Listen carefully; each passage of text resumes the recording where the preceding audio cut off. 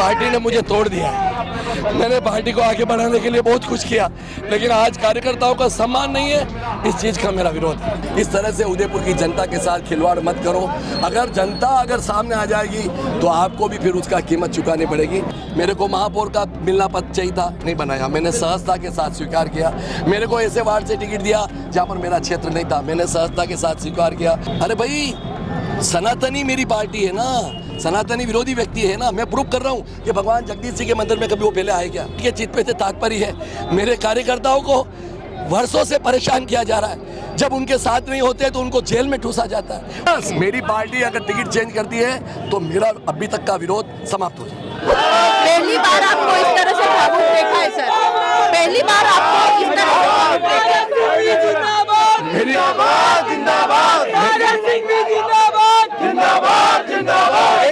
मेरी पार्टी ने मुझे तोड़ दिया है।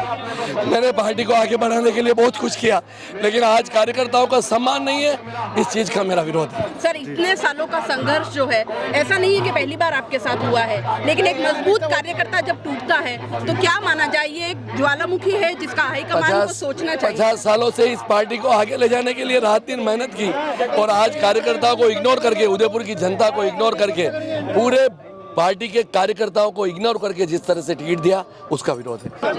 ये जो भावुकता सर दिख रही है, ये कितनी मतलब एक आम पब्लिक को कितना आप सोचते हैं कि आपके साथ ला पाएगी? ये भावुकता नहीं है मैडम, ये कार्यकर्ताओं का स्वाभिमान है, और स्वाभिमान रैली के चित पे से तात्पर्य है। मेरे कार्यकर्ताओं को वर्षों से परेशान किया जा रहा है, जब उनके साथ नहीं होते तो उनको जेल में ठूसा जाता है, उनके साथ मानवीय अपमान किया जाता है, उनको प्रताड़ना की जाती है। भारतीय जनता पार्टी के संस्कारों में ये नहीं है, संघ के संस्कारों में ये नहीं है मैडम। इसलिए आज स्वाभिमानी रैली के मार्फत से प्रशासन और उन नेताओं को जिन्होंने अत्याचार किया है, और मैं बार बार कह रहा हूँ, प्रभु के घर बड़ी लाठी है, वहाँ पर देर अंधेर नहीं है। वो ऐसी लाठी से मार मारेगा कि जिसका कोई भी बचाने वाला व्यक्ति नहीं मिलेगा। आपके साथ ये पहली बार नहीं हुआ, क्या दिक्कत है आपके साथ, क्या दिक्कत है? मैं आपसे ही जानना। मेरे साथ दिक्कत ये है, मेरे को महापौर का मिलना पद चाहिए था, नहीं बनाया, मैंने सहजता के साथ स्वीकार किया। मेरे को ऐसे वार्ड से टिकट दिया जहाँ पर मेरा क्षेत्र नहीं था, मैंने सहजता के साथ स्वीकार किया। मेरे को 2 बार बैंक का पदाधिकारी बनाया चुनाव लड़ने के लिए पार्टी की ओर से, और सामने जो व्यक्ति प्रत्याशी है उस व्यक्ति के टीम ने विरोध किया, किसके साथ? पार्टी के साथ। उस व्यक्ति को टिकट दिया।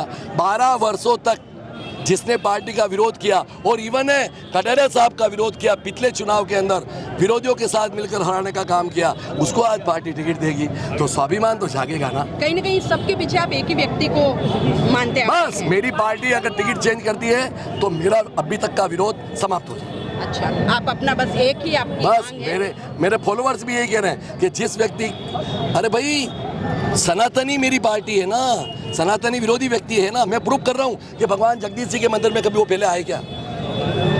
कभी वो भोला गणेश जी मंदिर गए क्या? कभी वो सकाजी बाबा जी की सीढ़ी चढ़े क्या? वो तो सनातनी विरोधी व्यक्ति है, वो मानता ही नहीं है। वो कहता है हमारे जैन है, जैन का नाम लगाता है, और हमारे साधु संतों को गाली का अपशब्दों का प्रयोग करता है।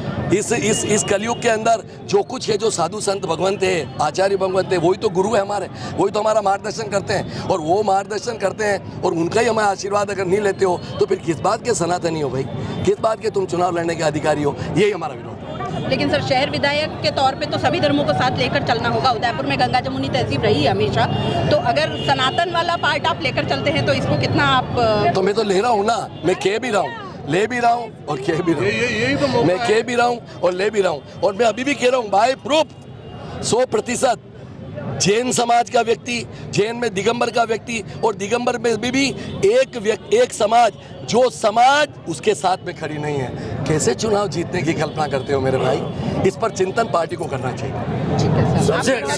सबसे बड़ी बात है, उदयपुर के वार्ड 55 वार्ड है, उनमें से उनको पहचानता कौन है?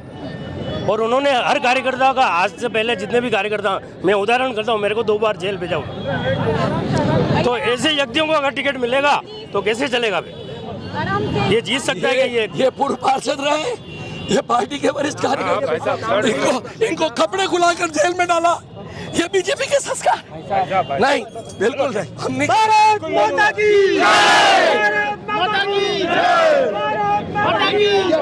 मैं प्रशासन को सहयोग करने वाला व्यक्ति हूँ, मैं किसी भी कीमत में प्रशासन की अवहेलना नहीं करूँगा। मुझे पता है आचार संहिता लग रही है, लेकिन अगर देव दर्शन करने में भी आचार संहिता की बाधा है तो बता दिया जाए। हमने कलेक्ट्री में परमिशन करने के लिए आवेदन कर दिया, जिस व्यक्ति को आवेदन किया उस व्यक्ति ने कहा कि मैंने छाप लगा दी है, अब ये परमिशन हो चुकी है। उसके बाद भी जिस तरह से प्रशासन हमारे को यहाँ पर दबाने का कार्य कर रहा है, मैं उनसे भी हाथ जोड़ता हूँ। इस तरह से उदयपुर की जनता के साथ खिलवाड़ मत करो।